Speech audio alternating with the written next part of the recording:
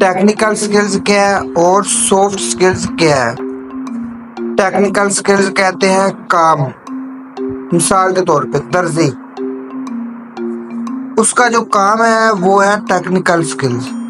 استاد، اس کا جو پڑھانے کا کام ہے ٹیکنیکل سکلز۔ اور آگے جو سافٹ سکلز ہیں وہ کیا ہے؟ سافٹ سکلز اخلاق، انسان کے بولنے کا انداز، اس کے گفتگو کرنے کا انداز۔ مثال، ایک استاد ہے، پڑھانے میں تو بہت ہی ماہر ہے، بہت ہی اعلیٰ قسم کا پڑھاتا ہے، بہت محنت کرواتا ہے، لیکن اس کا اخلاق اچھا نہیں ہے۔ وہ بات بات پہ گالی دیتا ہے، بات بات پہ بچے کو ڈانٹتا ہے، آنکھیں نکالتا ہے۔ اور دوسری طرف وہ استاد ہے جو پڑھانے میں اتنا ماہر تو نہیں ہے، لیکن اس کا اخلاق بہت اچھا، بہت پیار سے بچے کو سمجھاتا ہے، ہر بات پہ مسکراتا ہے، چہرے پہ مسکراہٹ رکھتا ہے۔ یہ اس کی ہے سافٹ سکلز۔ اور جو پہلے والا ہے اس کے پاس ٹیکنیکل سکلز، وہ ٹیکنیکل سکلز کا ماہر ہے، لیکن سافٹ سکلز اس کے پاس نہیں ہے۔ تو آپ کس طرف جائیں گے؟ پھر نہیں جائیں گے آپ اس کے پاس جو ماہر ہے۔ کیونکہ وہ آپ کے بچوں کو صرف تعلیم دے گا، تربیت نہیں دے گا۔ اس طرح پھر آپ اس کے پاس جائیں گے، اس کا چاہے وہ تعلیم کم ہی ہے لیکن وہ تربیت کے طور سے بہت اعلیٰ ہے، تربیت بہت اچھے انداز سے کر رہا ہے۔ جیسے مثال، دوسری مثال کہ جو درزی کی ہم نے دی، درزی ہے،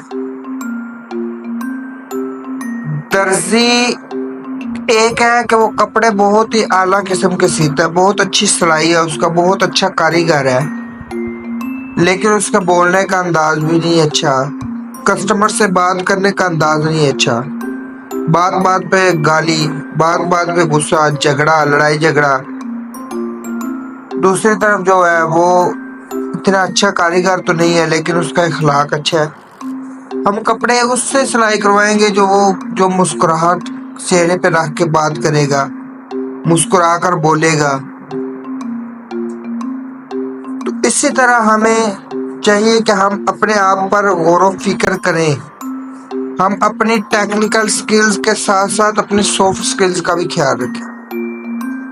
جب ہم اپنی سافٹ سکلز کا خیال رکھیں گے، ہمارے بولنے کا انداز اچھا ہوگا، گفتگو کا انداز اچھا ہوگا، بیٹھنے کا اچھا ہوگا، کھانے پینے کا انداز اچھا ہوگا، تو لوگ آپ کے پاس خود بخود آئیں گے، آپ سے بھاگیں گے نہیں۔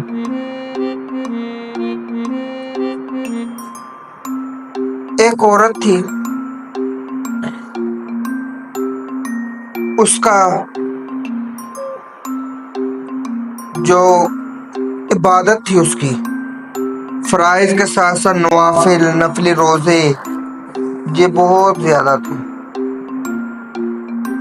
وہ جب فوت ہوئی، اس کا انتقال ہوا، تو صحابہ کرام رضوان اللہ تعالیٰ علیہم اجمعین نے نبی کریم صلی اللہ تعالیٰ علیہ وآلہ وسلم کو بتایا،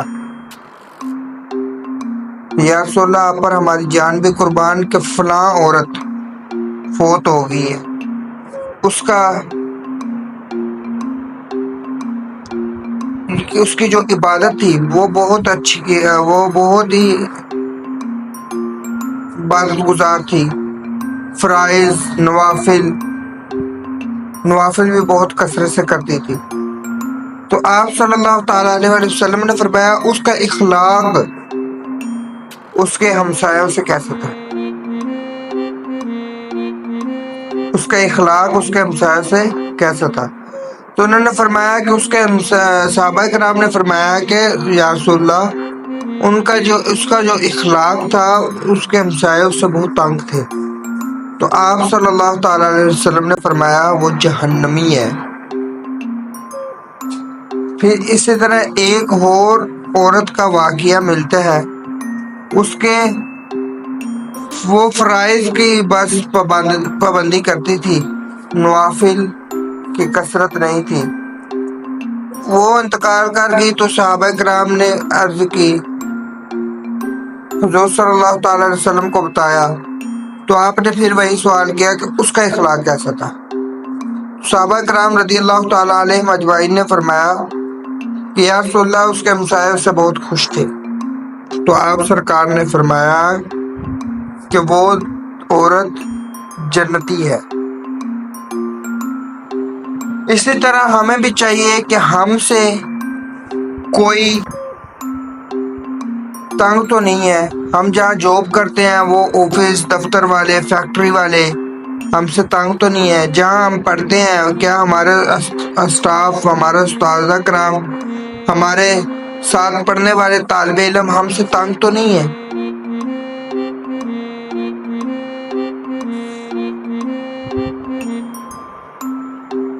ہمیں بھی چاہیے ہم اپنا اخلاق اچھا کریں، گفتگو اس لیول سے کریں کہ ہم خاموش بیٹھے ہوں کسی مجلس میں تو وہ مجلس والے بار بار عرض کریں آپ کچھ ارشاد فرمائیں، آپ بولیں، ہم آپ کی گفتگو سننے کے چاہتے ہیں، آپ سے بات کرنا چاہتے ہیں، آپ مسکراتے ہیں، آپ بولیں، آپ سے لوگ سیکھیں۔